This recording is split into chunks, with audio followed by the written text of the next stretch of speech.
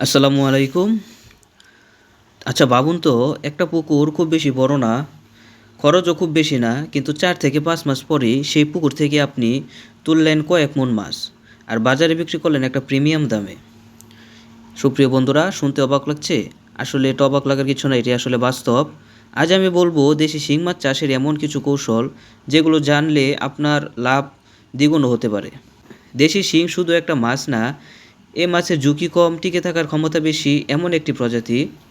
এই মাছ বাতাস থেকে অক্সিজেন নিতে পারে, তাই পানিতে অক্সিজেন কম হলেও সহজে এই মাছটি মরে না। বৃষ্টি হোক কিংবা রোদ হোক, টিকে থাকার ক্ষমতা সবসময় ভালো।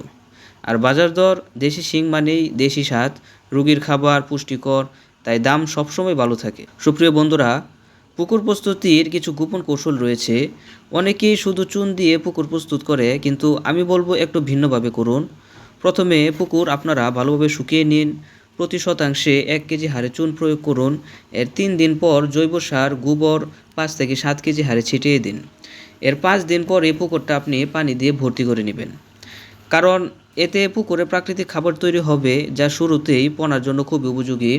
পুকুরে যে প্রাকৃতিক খাবার, যা আমরা জুম প্লান্টন হিসেবে বলে থাকি, এই খাবারটা যদি প্রথমেই মাছ পেয়ে যায়, তাহলে মাছ খুব দ্রুতভাবে প্রাকৃতিকভাবে বড় হবে। এক্ষেত্রে আপনারা পানির গভীরতা রাখবেন ৩ থেকে ৪ ফুট। পানি যেন বেশি কাদাযুক্ত না হয় সেদিকেও খেয়াল রাখবেন। সুপ্রিয় বন্ধুরা, পোনা নির্বাচন হলো লাভের প্রথম ধাপ। ভালো পোনা মানে অর্ধেক সফলতা। পোনাটা হতে হবে চঞ্চল, রং গোলা হতে হবে একদম উজ্জ্বল, শরীরে ক্ষত থাকবে না, আর সমান আকারের পোনা, এগুলো আপনারা বাছাই করবেন। প্রতি শতাংশে আপনারা ৮০০ থেকে ১,০০০ পিস পোনা ছাড়তে পারবেন, কিন্তু যদি খাবার ব্যবস্থাপনা ভালো থাকে তাহলে এর বেশিও পোনা ছাড়তে পারবেন। একটু ঘনত্বেও আপনারা এটি ভালোভাবে চাষ করতে পারবেন। পোনা ছাড়ার আগে অবশ্যই ৫ থেকে ১০ মিনিট পানিতে ভাসিয়ে রাখবেন। হঠাৎ তাপমাত্রা পরিবর্তন যেন না হয় সেদিকে আপনারা একটু নজর রাখবেন। তো সুপ্রিয় বন্ধুরা, খাবার ব্যবস্থাপনা লাভের আসলে মূল চাবিকাঠি। অনেকে এখানে ভুলটা করে। দেশি শিং মাছ মাংসাশী প্রকৃতির, তাই উচ্চ প্রোটিনযুক্ত খাবারও দরকার। প্রথম ১ মাস আপনারা ৩০ থেকে ৩৫% প্রোটিন সমৃদ্ধ খাবারগুলো দিবেন।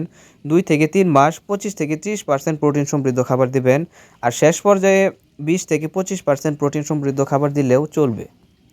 দিনে ২ বারই খাবারগুলো দিবেন, কিন্তু শুধু খাবার দিলেই হবে না, খেয়াল রাখবেন ২০ মিনিটে খাবার শেষ হয়ে যাচ্ছে কিনা। যদি খাবার পড়ে থাকে তাহলে বুঝে নেবেন যে খাবার বেশি দিচ্ছেন, আর যদি খাবার সাথে সাথে শেষ হয়ে যায় তাহলে বুঝবেন যে খাবার কম হচ্ছে। খাবারের পরিমাণটা একটু বাড়াতে হবে। প্রতি ১৫ দিন স্যাম্পল ধরে ওজন নেবেন। ওজন অনুযায়ী খাবার ৩ থেকে ৫% হারে নির্ধারণ করবেন। তো সুপ্রিয় মৎস্যপ্রেমী ভাইয়েরা, দেশি শিং আসলে তুলনামূলক খুব কম রোগে আক্রান্ত হয়, তবু সমস্যা হতে পারে, যেমন ফাঙ্গাস, লেজ পচা, গা। এগুলো হলে খুব দ্রুত আপনারা ব্যবস্থা নেবেন। স্থানীয় বিভিন্ন মৎস্য কর্মকর্তার সাথে পরামর্শ নিয়ে আপনারা ওষুধ ব্যবহার করবেন। তো সঠিক পরিকল্পনা এবং ব্যবস্থাপনার মাধ্যমে ৪ থেকে ৫ মাসেই এই মাছটা ৮০ থেকে ১২০ গ্রাম হয়ে যাবে।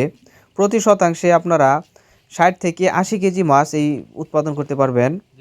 যদি বাজার দর ৪০০ থেকে ৬০০ টাকা কেজি হয়ে থাকে, তাহলে হিসাবটা আপনারা নিজে বুঝতে পারছেন যে লাভ আসলে অনেক। তো সুপ্রিয় মৎস্যপ্রেমী বন্ধুরা, আপনারা যারা দেশি শিং মাছ চাষ করতে চান তারা আমাদের কাছ থেকে পোনা নিয়ে চাষ করতে পারেন। আমাদের কাছে রয়েছে আমাদের নিজস্ব হ্যাচারি থেকে উৎপাদিত দেশি শিং মাছের পোনা। তো সুপ্রিয় বন্ধুরা, পোনা নিতে কিংবা মাছ চাষ সম্পর্কে বিভিন্ন তথ্য এবং পরামর্শ জানতে ভিডিও স্ক্রিনে দেওয়া নম্বরে আমাদের সাথে যোগাযোগ করতে পারেন, কিংবা আপনারা যদি চান তাহলে সরাসরিও আমাদের হ্যাচারি থেকে এসে পোনাগুলো সংগ্রহ করতে পারেন। তো আজকের মতো এখানে বিদায় নিচ্ছি। সকলে ভালো থাকবেন, সুস্থ থাকবেন। আল্লাহ হাফেজ।